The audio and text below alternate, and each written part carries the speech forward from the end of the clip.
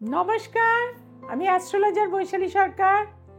23শে September থেকে 29শে September সারাটা সপ্তাহ আপনাদের কেমন যেতে চলেছে সেটা নিয়ে আজকে আলোচনা করব।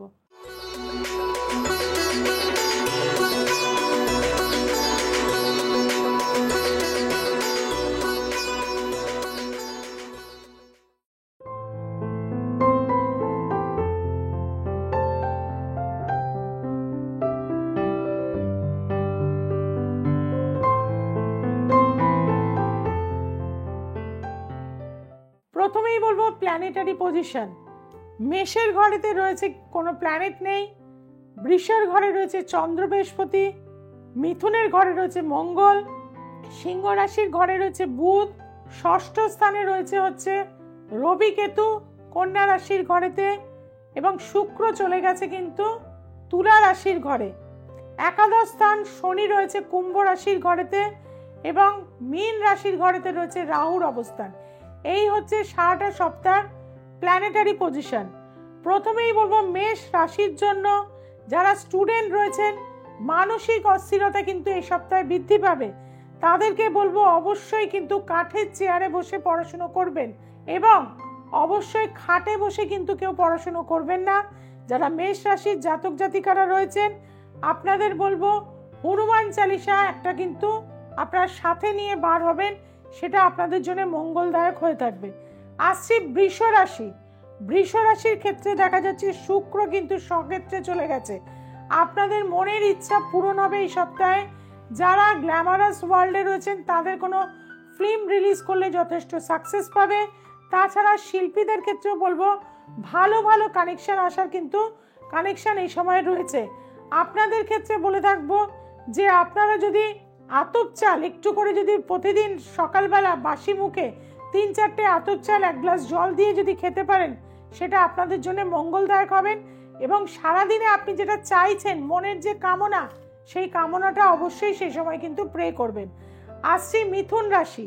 মিথুন রাশির কিন্তু লগ্নের ওপরেই রয়েছে মঙ্গলের অবস্থান, চতুর্থ স্থানে রবি কেতুর অবস্থান। পিতার শরীর স্বাস্থ্য এ সপ্তাহে কিন্তু ডিস্টার্ব যেতে পারে।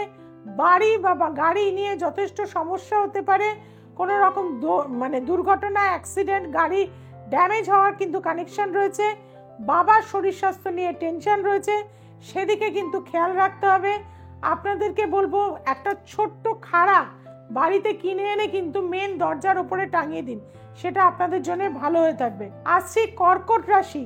কর্কট রাশি অষ্টমস্ত শনি রয়েছে, যার ফলে এই সপ্তাহে যা কাজই করতে যাবেন না কেন প্রবল বাধার কিন্তু সম্মুখীন হবেন।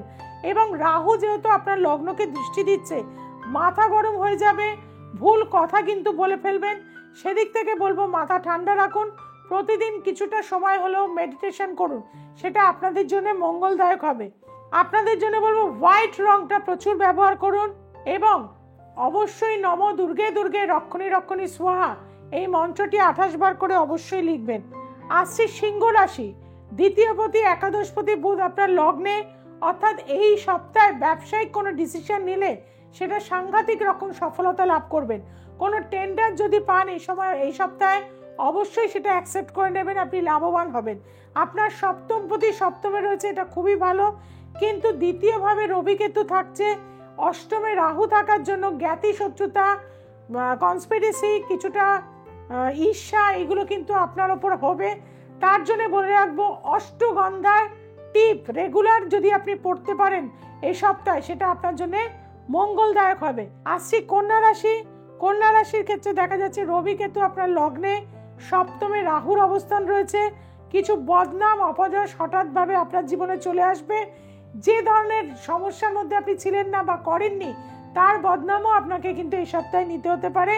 তবে দ্বিতীয় স্থান খুব ভালো আছে, স্ত্রীর সহায়তা কিছুটা হলেও আপনি পাবেন, এবং অর্থ বা সম্পদ হওয়ার যোগ্য কিন্তু এই সপ্তাহে আপনার রয়েছে, সেদিকে কিন্তু মনোসংযোগ দেবেন।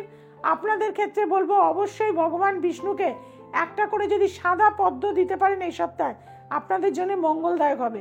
আসছি তুলা রাশি। তুলা রাশির ক্ষেত্রে দেখা যাচ্ছে লগ্নপতির লগ্নে সপ্তাহটা ভীষণই শুভ, বিবাহের ক্ষেত্রে শুভ, যে কোনো ক্রিয়ার ক্ষেত্রে শুভ, যে কোনো কাজ আপনি করতে পারেন। আপনার যে কোনো ডিসিশন বা যে কোনো রকম আপনার সিদ্ধান্ত, কোথাও ইনভেস্টমেন্ট করা নতুন কোনো সম্পত্তি ক্রয় করা, নতুন কোনো ফ্ল্যাট কেনা, এগুলো আপনার জন্য যথেষ্ট ভালো হয়ে থাকবে।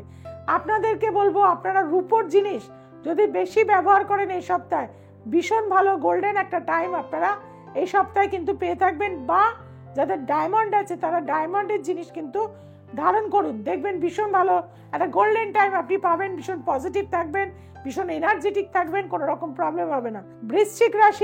বৃশ্চিক রাশি সপ্তমে চন্দ্র বৃহস্পতি, অর্থাৎ অর্থ, মানসিক শান্তি, এতদিন পর্যন্ত যে টেনশন ছিল সেইগুলো কিন্তু আপনার দূর হবে। অর্থনৈতিক সাফল্য আপনি পাবেন। নতুন কোনো কর্মের যারা চেষ্টা করছেন অবশ্যই নতুন কোনো কর্ম পাওয়ার যোগ রয়েছে। এই সপ্তাহে কিন্তু আপনার দূর ভ্রমণেরও যোগ রয়েছে। এই সপ্তাহে আপনি তারামার বীজমন্ত্র করুন, তারা ওই বিদ্মহে মহাগ্রহ ধীমহি তন্ন তারে প্রচোদয়াৎ। এই মন্ত্র রেগুলার অন্তত 28 বার করে করুন, দেখবেন আপনার মানসিক শান্তি, সমস্ত কর্মে বাধা, শারীরিক অসুস্থতা দূর হয়ে যাবে। আসছি ধনুরাশির ক্ষেত্রে বলে থাকবো যে বাড়ি নিয়ে টেনশন থাকবে, কর্ম নিয়ে টেনশন থাকবে, সেদিক থেকে কিন্তু যথেষ্ট সাবধানতা অবলম্বন করবেন। এবং যেহেতু আপনার সপ্তম স্থানে মঙ্গলের অবস্থান রয়েছে, স্ত্রীর সাথে ভুল বোঝাবুঝি হওয়ার কিন্তু কানেকশন এই সপ্তাহে আপনার রয়েছে। আপনাদেরকে বলবো আপনারা বাড়ি থেকে বার হওয়ার সময় দেয়ালের মধ্যে আপনারা যদি ক্রস কেটে লিটল ফিঙ্গার দিয়ে আপনারা যদি জল নিয়ে একটা ক্রস কেটে দেবেন দেয়ালে দিয়ে আপনারা যদি বার হতে পারেন, সেটা আপনাদের জন্য মঙ্গলদায়ক হয়ে থাকবে। আসছি মকর রাশির ক্ষেত্রে বলে থাকবো সপ্তাহটা কিন্তু কিছুটা হলেও ট্রাবল আছে। বাড়ি থেকে বার হওয়ার সময় যথেষ্ট সাবধানতা থাকবেন। যারা টু হুইলার চালান তারা অবশ্যই হেলমেট ব্যবহার করবেন। গাড়ি যারা চালান লিমিটেড স্পিডে কিন্তু গাড়ি চালাবেন, কারণ দুর্ঘটনা অ্যাক্সিডেন্ট যোগ কিন্তু এই সপ্তাহে রয়েছে।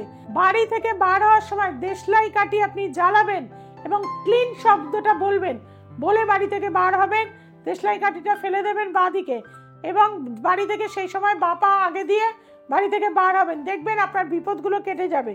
আসছি কুম্ভ রাশি সপ্তাহটা ভালো, যে কোনো ডিসিশন নিতে পারেন, শেয়ার মার্কেটে ইনভেস্টমেন্ট করতে পারেন, যে কোনো সেক্টরে ইনভেস্টমেন্ট করতে পারেন, সেটা আপনাদের জন্য ভালো হয়ে থাকবে।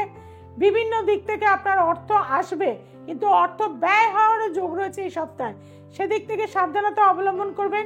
যে টাকা পয়সা আপনার আসবেন আপনার মা বা স্ত্রীর নামে বা সন্তানের নামে ফিক্স করে রেখে দিন, সেটা আপনাদের জন্য ভালো হবে। তবে এই সপ্তাহে কিন্তু কোনো বাড়ি ক্রয় করা, জমি ক্রয় করার কিন্তু একটা কানেকশন দেখাচ্ছে, সেটা হলেও কিন্তু করে নেবেন, সেটা আপনাদের জন্য পজিটিভ হয়ে থাকবে। হনুমানজির একটি ছবি আপনি অবশ্যই কিন্তু আপনার মেন দরজায় টাঙিয়ে রাখুন, সেটা আপনাদের জন্য ভালো হয়ে থাকবে। আসছি মীন রাশির জাতক জাতিকাদের বলবো অনেক ধৈর্য রাখতে হবে, মেডিটেশন করতে হবে, যোগা করতে হবে এবং আধ্যাত্মিক পথে আপনাদের চলতে হবে। মানসিক যে বিকৃতি চলে আসছে সেটাকে দূর করে দিন। মনের ভেতর যে বিভিন্ন রকম নেগেটিভ চিন্তাগুলো আসছে ঈশ্বরের পায়ে সেটা সঁপে দিন এবং মা তারার পুজো করুন। প্রতিদিন মা তারাকে জবা ফুলের মালা দিন, নিজে হাতে গাঁথুন, সেটা আপনাদের জন্য মঙ্গলদায়ক হবেন। কাঁচা হলুদ খান, হলুদ বস্ত্র এই সপ্তাহটা ধারণ করুন, দেখবেন যে বাধা বা ডিস্টার্ব, মানসিক অশান্তি বা ডিপ্রেশন বা বিভিন্ন রকম অ্যাংজাইটি আসছে সেগুলো কিন্তু দূর হয়ে যাবে। সারাটা সপ্তাহ আপনারা এইভাবে কাটান, দেখবেন অবশ্যই ভালো থাকবেন। পরবর্তী অনুষ্ঠানগুলো দেখার জন্য দ্য এসেন্স অফ অ্যাস্ট্রোলজিতে চোখ রাখবেন। আর আপনারা চেয়েছিলেন আমার সাথে সরাসরি কথা বলতে, তার জন্য সিটিভিএন চ্যানেলে কিন্তু আমি শুক্রবার রাত্রি 9টা, বুধবার রাত্রি 9টায় অবশ্যই লাইভে আপনাদের সাথে সরাসরি কথা বলবো। যারা কথা বলতে চাইছেন অবশ্যই যোগাযোগ করে নেবেন।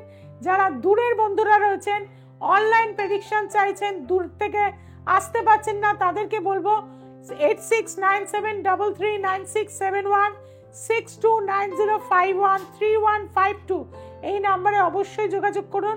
এই চ্যানেলটিকে সাবস্ক্রাইব করতে ভুলবেন না, যে বেল আইকনটি রয়েছে তাকে প্রেস করতে ভুলবেন না। বন্ধু বান্ধব আত্মীয় স্বজনের কাছে ছড়িয়ে দিন। সবাই খুব ভালো থাকুন, সবাইকে খুব ভালো রাখুন। নমস্কার।